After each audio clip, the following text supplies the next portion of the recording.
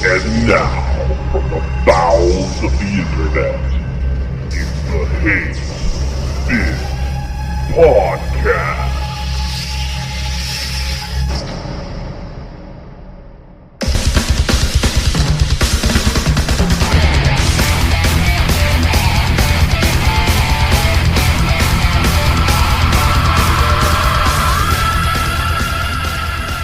The Hate Bit Podcast is on the air for a little bit more time. Because the last episode was such a short little episode, we decided that we're going to do a little, sort of Hate Bit Minicast. So I have got my good friend AlphaOmegaSin. Say hello. Hello! And we're just going to talk about a few random topics, some little news items that have been out since the podcast has come out, and just give our feelings towards it. So, first of all, we're going to start off with Sega. Now, Sega have been doing a few good things recently, even though they've just shut half a ton of fucking offices and axed a few jobs for a few people in Europe and Australia. They've actually going to be releasing a game in the West, which I am personally looking forward to, and that is Phantasy Star Online 2 for the PC. Fuck yeah! Yeah! Now, if you remember Phantasy Star Online, or Phantasy Star Universe, or Phantasy Star Portable, you'll know exactly why this game is so good. It is one of Sonic Team's really, really good achievements, in the past few years, especially since the really bad Sonic titles we've had. What are your thoughts, Alpha? Honestly, I'm really hoping that this gets ported outside of the PC market. Not to say that, it won't succeed very well on the PC market, but I want to see this show up on like the 3DS and on Vita. And if it could make its way to consoles, that would also be badass. Just, the more areas that it can jump into, the better, it's going to end up doing, because, Phantasy Star deserves more love from the community. Oh, it most definitely does, and especially over the past 10 years, all it has been really is the online portion of it. It does have a single player, but it's a very loose single player. But the online is fantastic. I didn't have that many problems with it online, although I do remember on the Dreamcast version of the game, there was a lot of hackers and cheaters. They used to go around killing you just for your money, when you could actually just play the game fully and actually get the money within half an hour. It's great. So I have the same hopes, but I have a few fears for it. If we get segregated, like say if one person plays the PC version and one person plays the console versions, for example, Xbox 360 or PlayStation 3, are they going to make it cross-play, or is it going to be all segregated? That's one of my main fears for it. And also, are they going to be charging online fees for this one? I believe it could happen. Once they ported the original games, Episode 1 and 2, to the GameCube and the Xbox 360, not the 360, they charge £6 a month for it, so fingers crossed hopefully they don't do that. The thing is, nowadays, it's hard to really sell an MMO on a monthly basis to people that have, all they have to do is to jump on to, your laptop or PC or anything like that, and you have an endless sea of free MMOs to play. Whether or not they're going to be up to the same, quality standards that something like Phantasy Star is pretty much an eye of the beholder. But, that's something that they should take into account, is that they have competition, and their competition's offering stuff for free that costs nothing, just a quick download, and they're off and running. So I think that they ought to stick with free if possible. If possible, yes. And hopefully less server maintenance all the time, because there used to be a lot of that on the early MMOs, I must admit.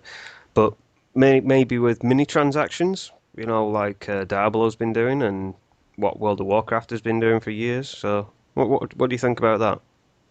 I mean, it really depends on what they're offering, because, when you're offering any kind of item, accessory, weapon, anything in the game that's going to cost any amount of money, even if it's a small amount of money, it has to be something that's really going to sell easily. Whether it's going to be like some kind of outfit, like, for instance, this would be an easy way to sell something, as if you made costumes in a game based off popular Sega mascot characters.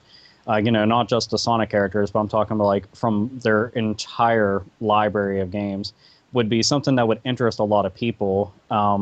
Or maybe if they had a mini arcade in there with some Sega classic arcade games, which it would cost you literally like, next to nothing to be able to play forever and ever and ever. Like you pay $1 to be able to play that, but you can unlock that game and play it forever with your friends, assuming that they also paid that $1.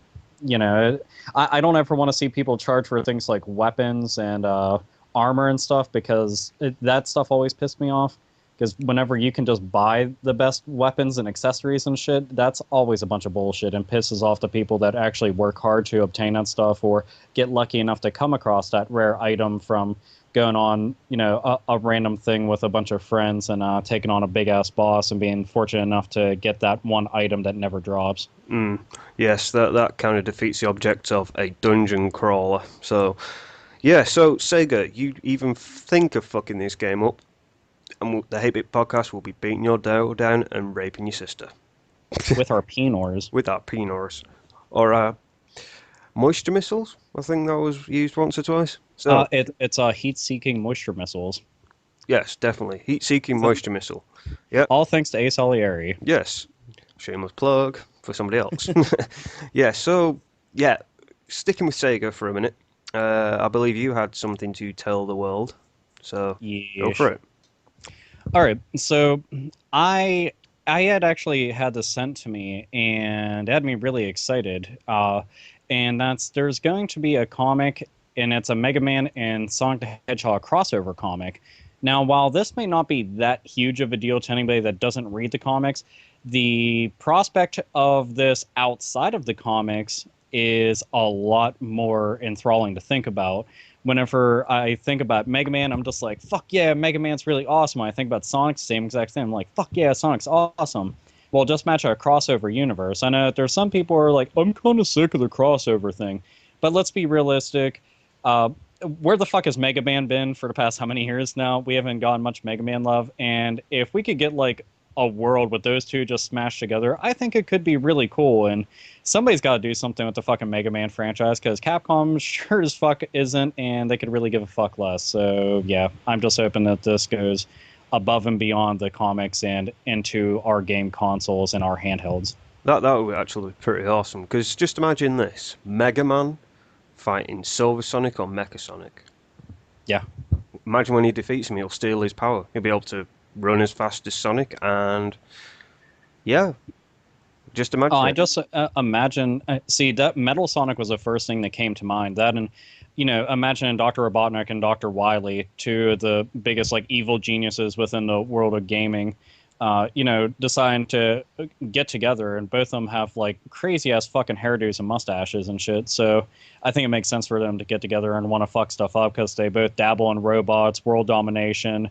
And both of them have to deal with heroes that are all blue and pretty much make your life a living fucking hell. The Blue Streak and the Blue Bomber versus Wily and Robotnik. Yeah, exactly. It could be fucking awesome, man. That will be fucking awesome if it does cross over into the video game world. But again, what's going to happen with all of Sonic's friends? Because what has Mega Man really got? He's got Proto Man, Zero, Bass, Dr. White. That's pretty much all I know. Well, he's got Roll too. Roll as well, yes. But then there's... I don't know. I mean, there's a lot of characters that they could bring in from both series. It's just See, I wouldn't want them to overload the game with a bunch of side characters. I would be fine if they just had both Mega Man and Sonic and just rolled with that. No pun intended with the roll comment. But I'd be fine if they just did that, because a lot of time, and like in the Sonic the Hedgehog games, it can kind of feel bogged down in a way whenever they just keep putting lots of emphasis on all these extra characters. Meanwhile, you just want to go tearing through a fucking stage. Yes. And that's really it. You're just like, that's really cool, you got Amy here and all, but I'm really just wanting to get through to the stage and everything. Can we please stop this? I understand he's trying to eat that chili dog, but I just want to get to the fucking end of the stage. And I understand some people will be like, I like Amy. I'm not saying anything bad about her, but I'm just saying if they do a crossover, just focus on these two characters and let them fuck shit up together, and seeing those worlds combine together, kind of similar to maybe the Sonic Generation story where two worlds kind of combine together and everything gets all fucking crazy. It could go with something like that. It doesn't need to make any sense. It's just for the fans and make us happy. Yeah, exactly. That's my thoughts on the thing as well. Pretty much because I'm a big Sonic fan, and I also enjoy the odd Mega Man game, mostly the X games because I've got them all on PS2. Thank you, Return to Mother Base. But definitely, if this crossover works out very well, then kudos to Sega and Capcom.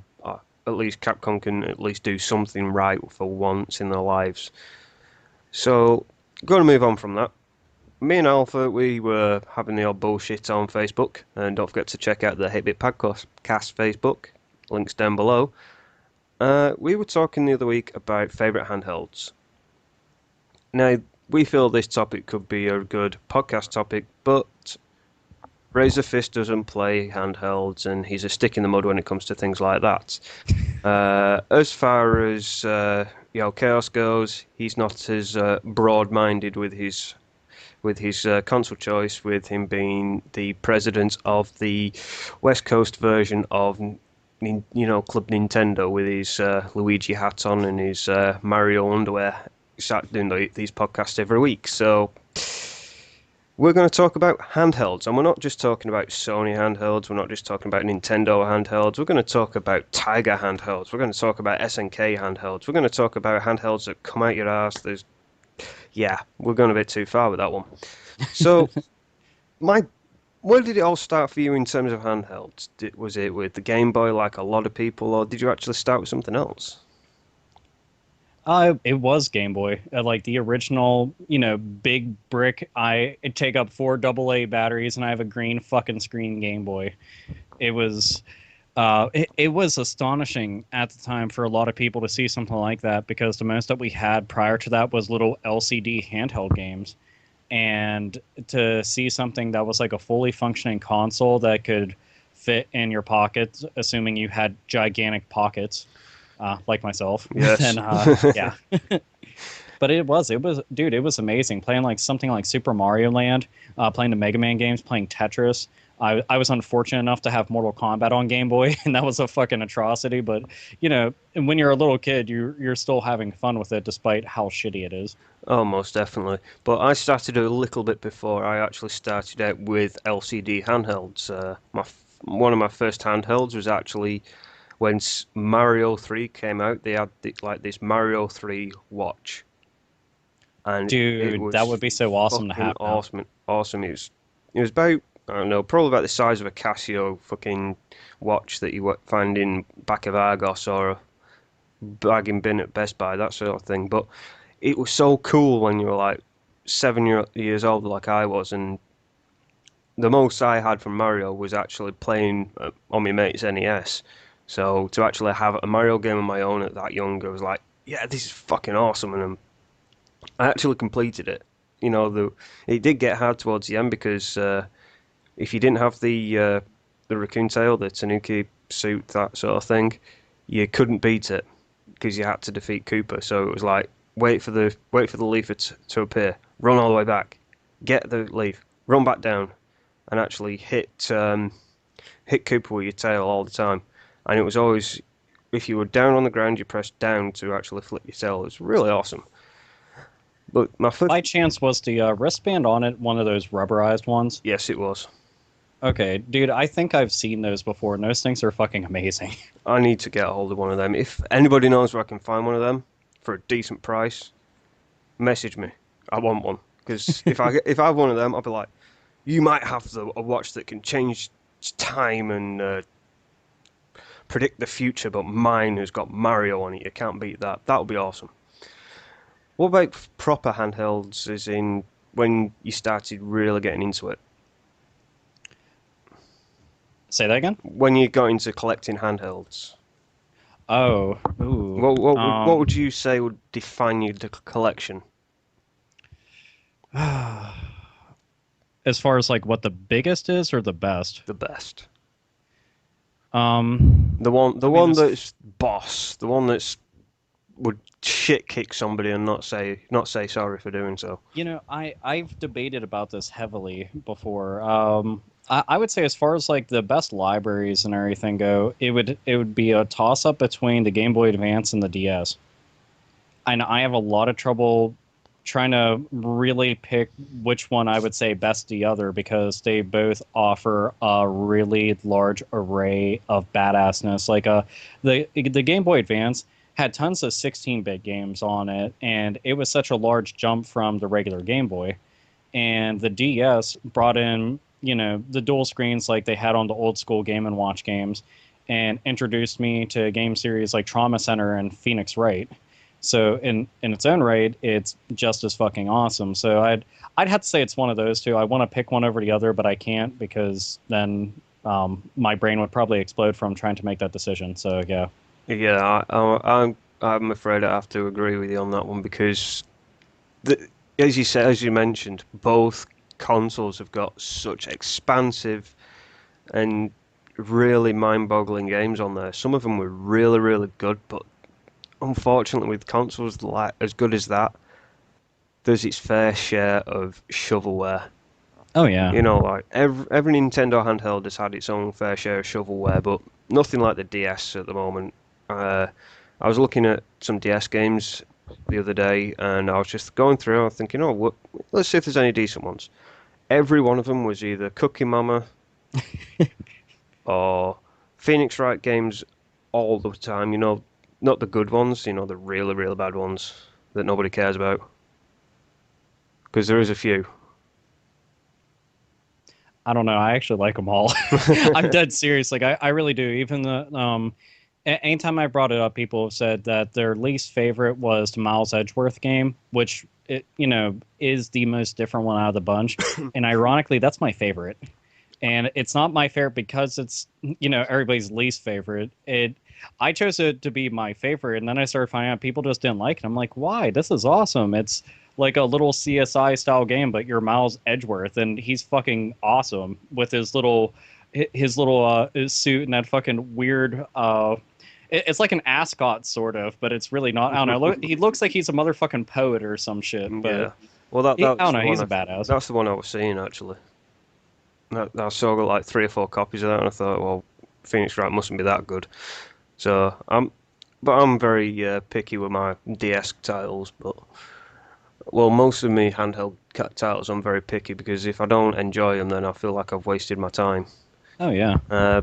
Another handheld I really enjoy, but it gets a lot of flack, and that is the PSP. Yeah, the PSP deserves a lot more fucking love than it gets because I swear it's got some of the most amazing exclusives that nobody even knows exist. Like I've brought up so many games to people and they're like, what's that on? I'm like, you've never even heard of it? They're like, no, what's it on? And I'm like, PSP. They're like, oh, well, that's why I never heard of it. And it's like the same response all the time. And it makes me feel bad because I'm just like, but I mean, this has so many things. Like hell, just behind me right now. Okay, it's got Final Fantasy Tactics, The War of the Lions. It's got the Legend of Heroes series, Crimson Gem Saga, which is an amazing RPG. It's got a port of Breath of Fire 3, which is awesome. Kenka Bancho Badass Rumble, which is a really funny beat 'em up. It's got all the Persona games, like all of them. Yes, it has. Set 4. Set 4. That's coming out on Vita very soon. I heard that it was getting a regular PSP port as well. That'll be interesting. See, that was one of the reasons why I said it's getting all of them. I mean, it might not because it doesn't seem like it's getting supported. They're they're literally just putting out a couple more titles for it, but still getting some love from the smaller publishers and whatnot. Here, Half Minute Hero, that's good. Lunar Silver, Star Harmony. If you like the Lunar games, for fuck's sake, please pick that up. Castlevania, was it the Dracula X Chronicles, which has Castlevania Symphony of Night on it, so that alone makes it worth it. And there's a bunch of others, but Excuse me. Point. Oh yeah, and some of my favorite games on the system are the Wipeout Pure, Wipeout Pulse. They're basically a nod to the older PS1 games and Fusion. Crisis Core, Final Fantasy VII. Oh, That's yes. actually such a good game. I am really thoroughly enjoying that. And just looking at my shelf, another favourite of mine was, believe it or not, Killzone Liberation. It's not the greatest of games, but it's a fun game. Uh, Liberty City Stories, Vice City Stories, you know, GTA in your hands on the go. Oh, yeah. And they even got Chinatown Wars before people start saying, "Oh, there was another one on there you didn't mention." There's Chinatown Wars. Uh, Also, if you got a PSN account and a really big enough, memory card, you can put PS1 games on there. Yeah. And Now, and here, there's one other reason why the PSP is fucking amazing, which most people already know about this because it's common knowledge, but it is an emulating machine. oh yes, And like, if you were just like, okay, well, I've got tons of emulators, I got tons of ROMs, pick up a PSP 1000, which personally I prefer that one or the 3000, one or the other. But no, I usually go with the 1000 because it's easier to hack. And you can throw Neo Geo on there. You can throw a Super Nintendo, Nintendo, Sega Genesis / Mega Drive. You can throw in so much stuff on there, including PS1 games. And the very concept of having like a portable PS1 without actually owning the PS1 with the screen and shit is very fucking nice. So oh yeah, it is, it's good for that alone. oh it is, and yeah, the thumb pad isn't exactly great. Actually, it's the shittest fucking thumb pad I've ever used. But, but the size of the console, I like the 1000 personally because I like the size of it. Because I've got fucking bare mitts for hands, so to actually hold you know, a sizable handheld is actually pretty good. I'm used to that normally anyway, you know, because I used to have the actual big DS before I got the DS Lite and the DSi, so they're a tiny bit smaller, but the big PSP, really the way to go. The only problem is the screen. The screen is shit for the PSP 1000. That's why they got the 3000, which has got a really good fucking PSP screen. So, And the very first one was also prone to dead pixels and whatnot. well, I'm lucky. I've got a PSP without dead pixels, so I'm pretty much chuffed about that. I do actually want to get a 3000 for myself, you know, future-proof myself later on. I did used to actually have a PSP Go at one point, which was ugh. But I actually want to get hold of one now to do exactly what you mentioned, and that is turn it into an emulator machine. Because that, like you said, get the odd Sega Mega Drive Genesis emulator, a Super Nintendo emulator, and you're fucking laughing. So, Yeah, dude, that's the only thing that the Go is worth. Like, even when that thing was brand new on store shelves, I was telling people, don't buy that. It's fucking rubbish. Like, it really is. You're just gonna be absolutely fucking pissed off with your purchase. And I was told, oh, fuck you, you don't understand. And then it tanked. And then all the people that did purchase it either lied to themselves about the purchase, saying, oh, it was totally worth it. The only good thing about it is it's very tiny, but I would still rather just have the big bulky PSP. That's just me, though. it does have good battery life, though, I must admit. It does have a good battery life, and a lot less goes wrong with it, considering there's literally zero moving parts on the thing. Yeah, that is actually pretty nice in itself. And speaking of worst handhelds, what would you say would be the worst one you've ever owned? Ooh, the worst that I ever owned was the Gamecom from Tiger. Hands down, like that thing. I swear I would rather fucking eat deep fried butter for the remainder of my life than to ever admit that thing is worth a fuck. Because it's goddamn rubbish. I'm telling anybody out there right now, if you ever come across a Gamecom or even like I forgot what they call the smaller version of it. We'll just call it dog shit as well because that's what it is. No, there's dog shit and rabbit shit. We'll call it that. Yeah, that's pretty much it. But it's, I got Resident Evil 2 for the Gamecom just because I'm a big Resident Evil fan. But there's also Duke Nukem on it, and then Lights Out. And every game controlled like shit, looked like shit, played like shit, felt like shit. It was just shitty shit biscuits. Nothing good about it. It's terrible. If you're just bored and want to pick one up, you see it for like $1, and that's all it's worth. And even then, you might end up regretting that purchase. But just for curiosity's sake, yeah, just give it a shot so you know what the fuck I mean. But yeah, that's the worst one I've ever had. Worst one I've ever had. Well, PSP Go was a bad investment. A lot of people are supposedly going to expect me to say the PlayStation Vita, considering that's not doing as well as it should do. But no, the Vita is actually a good console, and it just needs a chance to grow, really. Here, I'll say this. Sales do not dictate how good something is. I will say this time and again, and if you don't believe me when it comes to handhelds, then look no further than the beast itself, Neo Geo Pocket Color. So, Oh, there. I was going to bring that up as one of the better consoles that I actually want to own one day is Oh, a dude, Neo Geo Pocket Color, because it's fucking awesome. it is fucking awesome. But the worst handheld for me, yeah, I'm going to stick with PSP Go, because it wasn't the fact that it was a bad console, it was the fact that it was a bad investment. You know, I paid about £120 for it, brand new, and it came with a £50 gift card from GameStation to go put on PSN. Out of all the games I wanted to play on there, I bought two games, which was Peace Walker and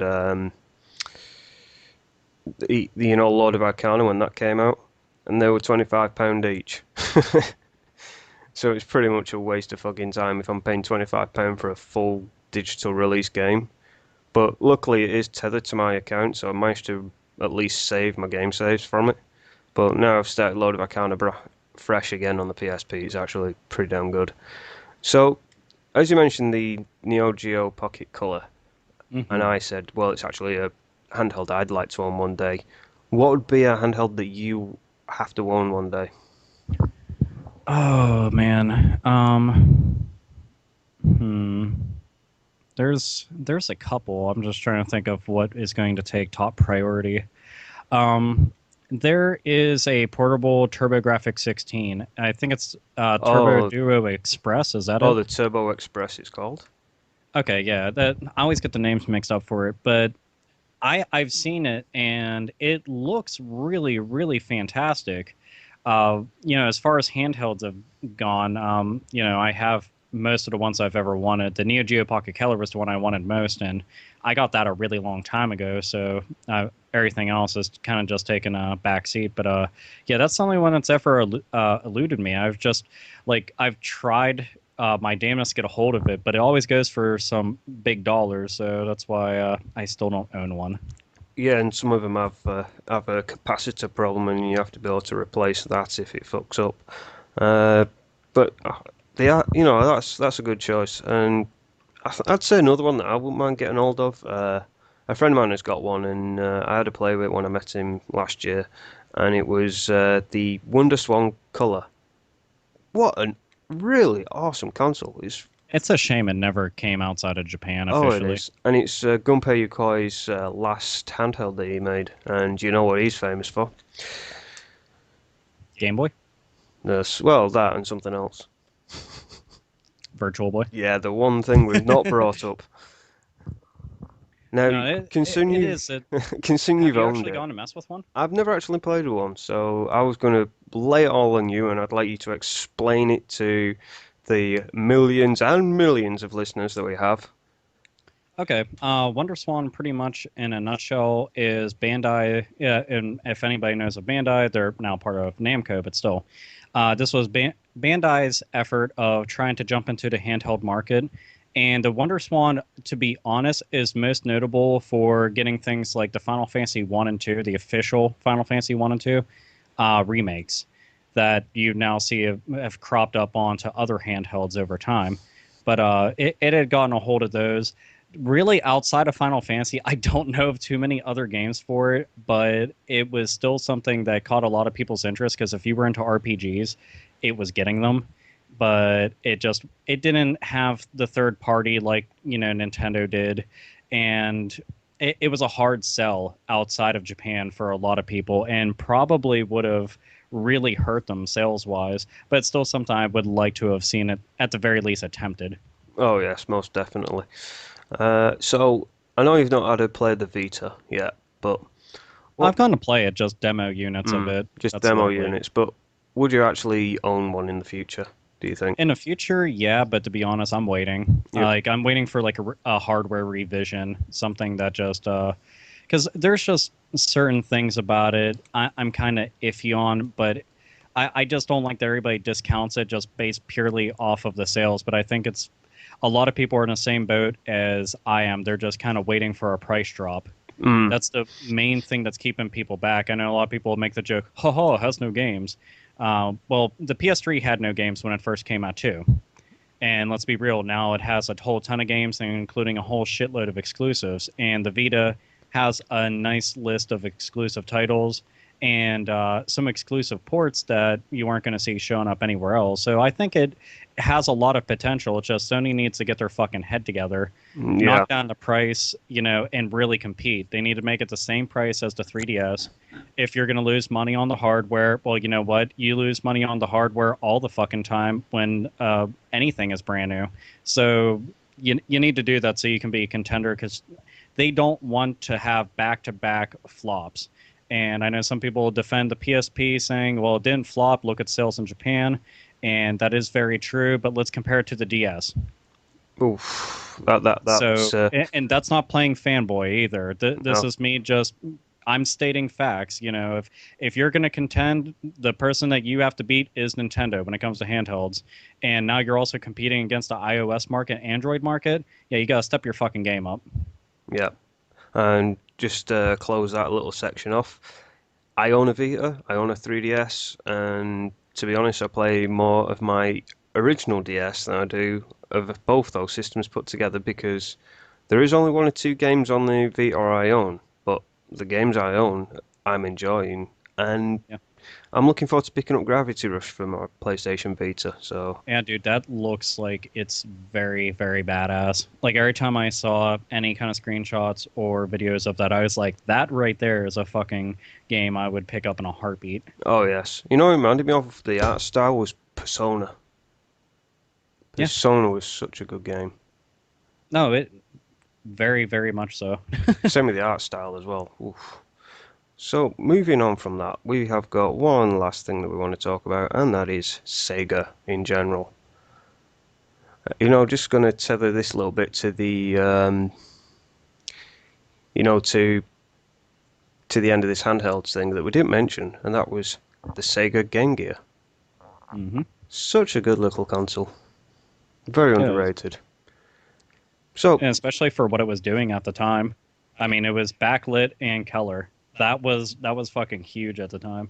And 6 batteries? Jesus Christ. Yeah, that right there, I knew I had a couple of friends. They were Sega only people. I mean, that's all they had. They had Sega systems, Sega handhelds, nothing else even fucking came to mind. And I remember just seeing the system because it's massive. If you pick it up, you pretty much have a home defense system. You swing that fucker, you're taking somebody out. You're taking their head clean off their shoulders. They're fucking doomed. And when you're done, you can sit down and play for like 2 hours oh, most before definitely. those batteries die. Oh, yes. But it's still, all jokes aside about its fucking gargantuan size, it's still a very awesome little handheld and has a lot of really kick-ass first-party games from Sega themselves. Oh yes, and it has some really good parts of Streets of Rage 1 and 2 on there as well, which I thoroughly enjoyed. Just also another game that I liked on the actual Game Gear was the Sonic the Hedgehog ports that they had. Mainly because they were the same as the Master System ones, and at the time I never actually played on a Master System, so it was good of my cousin to actually have all the Sonic games on Game Gear at the time. You know what else was pretty badass for it at the time? Go. TV tuner. Oh, yes. It can't work now, which kind of sucks because they changed all that shit over since, everything went high def. But at the time, a TV tuner, just having, you can switch between games, and then you're like, I want to go and watch TV. Granted, you can't pick up cable stations or anything, but it was still a pretty damn novel idea. Oh, it was. But somebody on the internet called Retro Game Tech, he actually got hold of a TV tuner for the Game Gear. Got some RCA male to female plug converters, and plugged in an Xbox 360, and he was actually playing it on the Game Gear screen. It was horrible as hell, but it was fucking fantastic to see. Oh, it's awesome to see stuff. And you know what? Since we're on the whole thing of portable and Sega, the Nomad. Oh, yes. The Nomad. I would love to get my hands on one of them. I'd love to just have one on my shelf and say, I own a Sega Nomad. Because Dude, Nomad was amazing. they're badass, they really are. And plus, if you wanted to, you could take a controller and actually play with your friends. Hmm. You know, it wasn't just it wasn't just a one-player handheld system. It was two-player, and it was just awesome. You could use it as a regular Genesis / Mega Drive as well because it Yep. had the TV ports on it, which was all good fun. Oh, it was cool as hell. And I remember when that thing got announced, I remember reading, video game magazines. Remember those folks? Magazines. Oh, But I remember seeing that and I was like, oh, when's Nintendo gonna announce the portable Super Nintendo, which never came to be. And I mean, technically nowadays we have it with the one that came out somewhat recent, the Super Boy. oh yes. That came out, and that's actually pretty nifty. But it's uh, like I said before, you can just get a PSP, throw an emulator on there, and bam, there you go. Oh yes. But it was just a fact that that's something I was absolutely drooling over. I just kept on thinking, I really want to put Zombies Ate My Neighbors, which I had on Super Nintendo. I want to put it inside of a portable Super Nintendo and run around playing it. That's what I wanted. I wanted Mario Kart on the go. Somebody plug in a fucking another controller, and then if they start beating me, I just turn the system to the side so they can't see, and they're like, "Fuck you, fuck you." That's quite funny, actually. No, I'd love to actually have a portable Mega Drive, and I know there's the odd third-party and clone systems versions of the things, but you can't beat an emulator on the go. So I'm gonna have to start soft modding some things, aren't I? So sticking with Sega, what was your favourite Sega game out of any generation? What if you could pick one Sega game and you have Wow. to pick one? That's like that's one of those. All right, you're on the spot. You Answer are now. Answer quickly. Answer go. Fuck all. 5, 4, 3. Sonic 2. Good on you. I'm going to just go with straight up generic answer, and I know some people will be like, "Oh, they're so much better," and there really is, but I will go and explain my reasoning as quickly as I can, and that's Sonic 2 really helped put Sega on the map and made them a contender. Yes. I mean, it was, Sonic the Hedgehog was a big deal, but Sonic 2 is the one that a lot of people remember playing first. And And that's just amazing. yes, and Sonic 2 in 50 hertz and Sonic 2 in 60 hertz, they sound exactly the same, and I'll tell you for why. Because what they did was on the 50 hertz version, they sped the music up, and then on the 60 hertz version, it stayed the same. Hmm. Yeah, you'll notice that if you put Sonic 1 on a 50 hertz console, you'll notice the music's dead slow, the game's a bit slower, and it doesn't feel as fast. You play it on a 60 hertz console, it is fast. The more you know. The more you know. Well, mainly because the early Mega Drive games and Genesis games were dual ROM cartridges to cut down costs. And Well, I was going to say, since I'm rolling with Sonic 2, which one game are you going to pick out of all their systems, handhelds, and what have you? Streets of Rage, the first one. The first one? The first one. As a bigger Sonic fan as I am, Streets of Rage, the first one, was fantastic. It was so much fun. I have so many good memories of playing that game. And every time I get hold of a copy of it or I play it on the Xbox or the PlayStation, I just love every moment of it. All the memories of actually playing it with my friends just come flooding back and hits me right between the eyes every time. Oh, dude, and beat 'em ups are just some of the funnest multiplayer games, and that really made you want to call a friend down. And just be like, dude, we have to play this. And it's one of those games you can play through multiple times and still not be that bored. Oh yes, I remember my first trip to London. I went to a game shop, and it was one of these ones that you just find at the back of a mall somewhere, and they're not really that well visited. And I bought a Model 1 Mega Drive at the time. I bought that. It came with 2 joypads. It came with a game called Zoop, which I didn't really enjoy.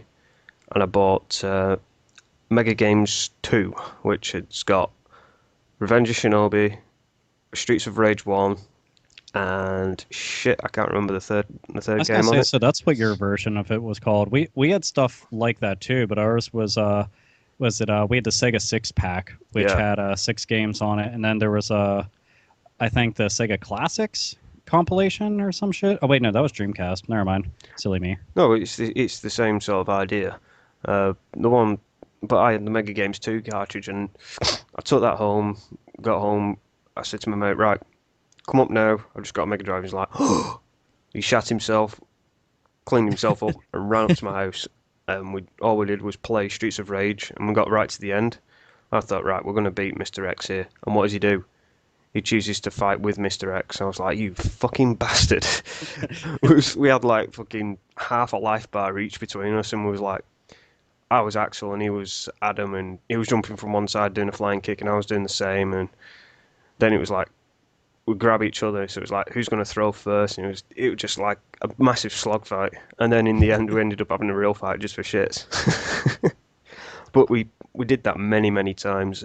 There was a lot of gaming memories from that summer, actually, because, Sega was just one of the main parts. I actually talked him into getting a Dreamcast after they announced that they were going to be killing it off.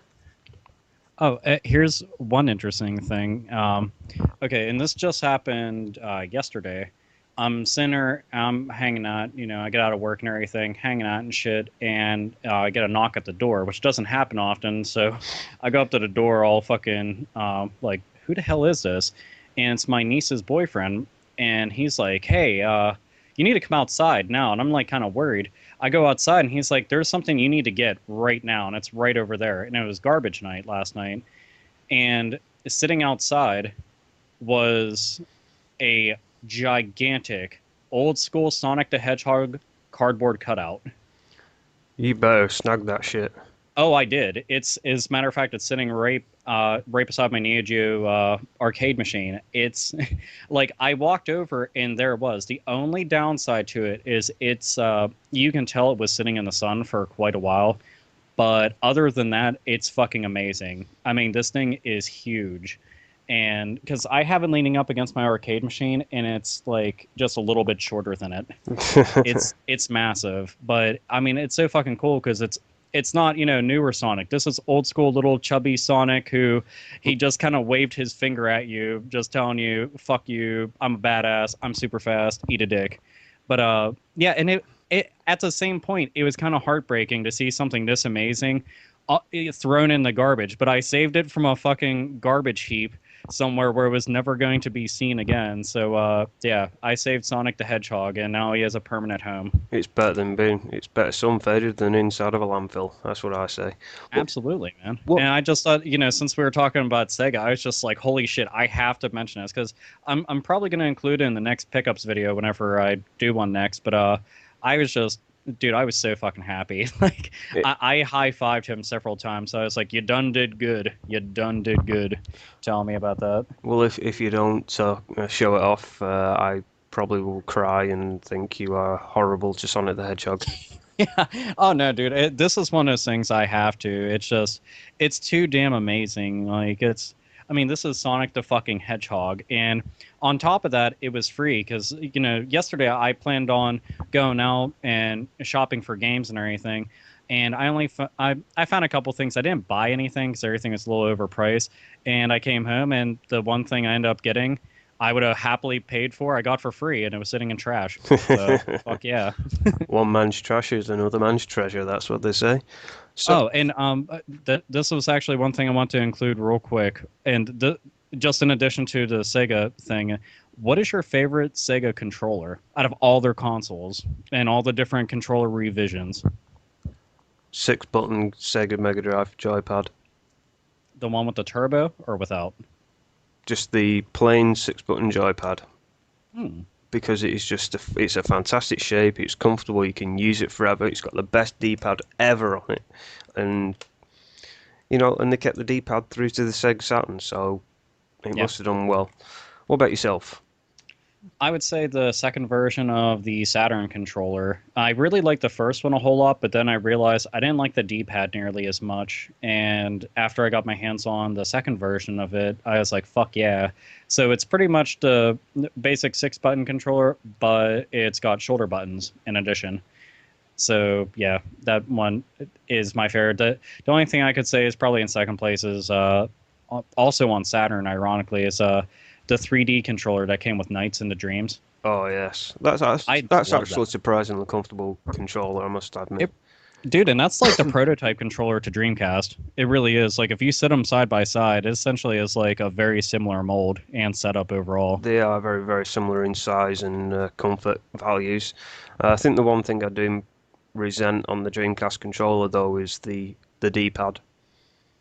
Why did they go with a fucking cross? Why can Yeah, I they thought just that was kind of surprising because they always had, the entire the little disc rocker thing. oh yeah, the floating D-pad. It's one of the best D-pads ever. I love it. So, just quickly, console. What is your favorite Sega console? That covers everything. 32X, Sega CD, Sega Mega Drive, whatever. Go for it. Yeah, I've had this conversation quite a few times too, and I always bring up a large list of games on each one of their systems. I'm like, okay, heavy debating, heavy debating. I can already say right now, it's not the Master System, it's not the 32X, and it's not the CD. I like all of those things, with the exception of the 32X to a certain degree, but ah, I, damn it, it is such a hard choice. Holy fuck. Yeah. I want to say Dreamcast because it was Sega's last hurrah, and they went out on such a fucking high note. But then I think of the Saturn with all those amazing RPGs. Then I think about the Genesis Mega Drive, and I'm like, oh my god, it's the thing that really made them. Um, Eeny, meeny, miny, mo, I'll just go with Dreamcast for the time being. Dreamcast. Yeah, I got sucked into that. Granted, it wasn't around for a long time, but the impact that it made within that short amount of time was nothing short of fucking amazing. My choice, without a doubt, the Sega Mega Drive / Genesis. It is the console that got me started heavily into gaming. It's a big part of my gaming heritage. It's part of my childhood. It's part of my life now. I still pop in a Mega Drive game and play it for a couple of hours, and I'm still amazed with how good the system was. Yeah, granted, it doesn't sound as great as the Super Nintendo, but it's just so gorgeous to look at. All I don't know, I think all some of three the sounds in versions. it's really good, like the music. Yeah, and Comic Zone and Sonic 3 are perfect examples of if you know how to code for the Sega Mega Drive, especially with an FM sound chip like that was used from the Master System. You can pull out some really good sounds, and even some early titles like Moonwalker, for fuck's sake. Oh yeah, Moonwalker's a great example. It had some really good music on there. So yeah, so I'm going to wrap this up. I think I'd like to thank everybody for listening. If you've any comments, please leave them down below. If you've got any questions to ask us, or even a name for this piece of shit crap that we've just fucking done, please leave a comment down below, or even a video response explaining why you want us to use that name. That'll be an interesting thing to see. Yeah, because we were like, okay, it's a mini cast, and we're like, what do we call them? I was just like, oh, I have no fucking clue. So yeah, if any of you have some kind of clever, witty little title, fuck yeah, name it. And if you also have anything at all that you want to mention about Sega memories and stuff like that, or just any thoughts on what the fuck we talked about, shoot some comments. If you have questions, the Gmail account and all that shit. And yeah, Yep. thank you a whole fucking bunch for tuning into this, because we appreciate the shit out of it. Yeah, Seriously. and we had fun. So, any email, send them to hatebitpodcast@gmail.com. Post a comment on the Facebook or send us a message on the Facebook. It's facebook.com/hatebitpodcast. Or you can leave it on the YouTube channel. If you go onto the YouTube channel, there's a little box. Click the down arrow and then send us a message on there. So, I'm going to say I was joined by AlphaOmegaSin. Say goodbye. Goodbye. And I've been the Sainted Magnus. Thank you very much for